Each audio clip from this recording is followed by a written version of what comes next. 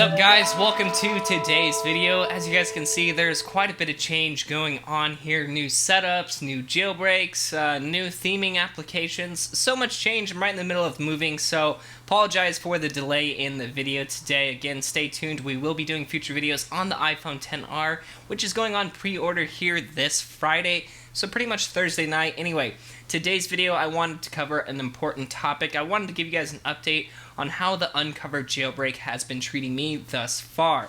So let me pull out my phone real fast here out of my pocket. I will go ahead and launch up the Unc0ver Jailbreak, and I'm currently jailbroken. Honestly, if you guys are looking for a different jailbreak that's always going to have Cydia and that works a little bit better, Unc0ver is the way to go. Now, when I say works a little bit better, once you're jailbroken, this jailbreak is night and day. Hands down better than Electra. It installs applications faster, Cydia reloads faster, faster resprings. All in all, it's a great update from the Electra jailbreak. Basically, all the loose ends and cords that are hanging out have been trimmed up, basically, and all the trash has been taken out with this jailbreak. It's super clean, super nice, super updated. Cydia looks phenomenal in it.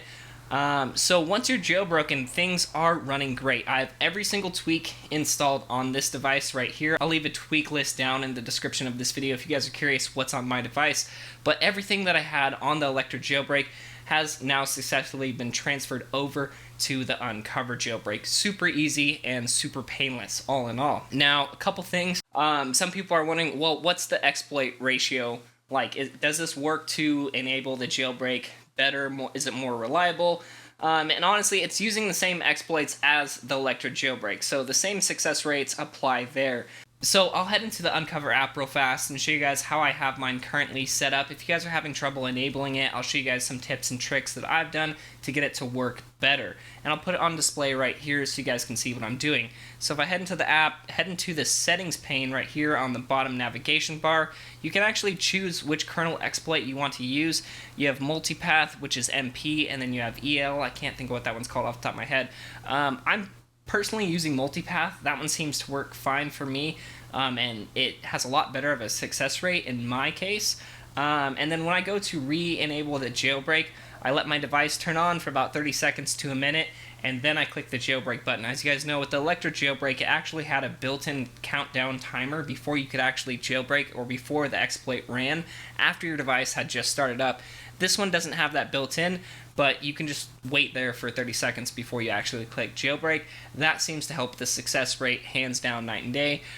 So give that a shot. If that's not working, throw your phone into airplane mode. You could try things like turning off Siri, turning off Find My iPhone, disabling iCloud entirely by signing out. But for me, just putting it in airplane mode and waiting about 30 seconds, honestly a 30-second wait, that was the key for me to actually get it to work. Of course, I was coming from stock iOS.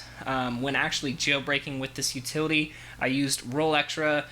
You can actually now do that directly within the jailbreak app. You can use Restore Root FS Destructive. If you click that and toggle it on, then you don't even need to use RealCC. You can actually transition right from Electra to this with that option. It's going to delete all prior jailbreak related data, save user data of course, and let you jailbreak then with this utility. Anyway, battery life, let's get into that. Hands down, again, even with all the tweaks installed, the Unc0ver jailbreak again takes the cake in my opinion. I'm getting 1 to 2 more hours. I can actually have like a full 10-hour day with my iPhone under normal use. I only got about 8 hours, I'd say, with Electra. I'm not experiencing any random freezes or crashes, so all in all, I'm really impressed with the Unc0ver jailbreak. I love how it says UO, let's go Ducks, but yeah, I really would recommend actually changing and transitioning over to this jailbreak. There's an update push today, actually, RC7, I believe, so if you guys want to update that, again, just delete the application off of your phone, re-download it from a third-party app like Tweakbox or something like that, just to get the latest updates. You won't lose any of your jailbreak data. You'll just get the latest utility with better stability and a better success rate, basically, and just all of the updates included. And that's a free download to do.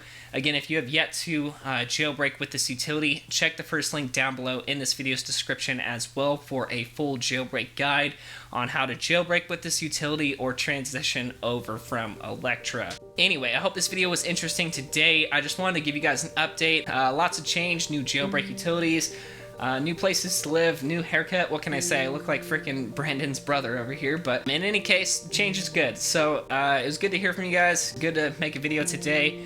If you liked it, you know what to do, but if not, hopefully a future video will be better. But anyway, guys, thank you so much for watching today's video. Until next time, this is Tony, signing out.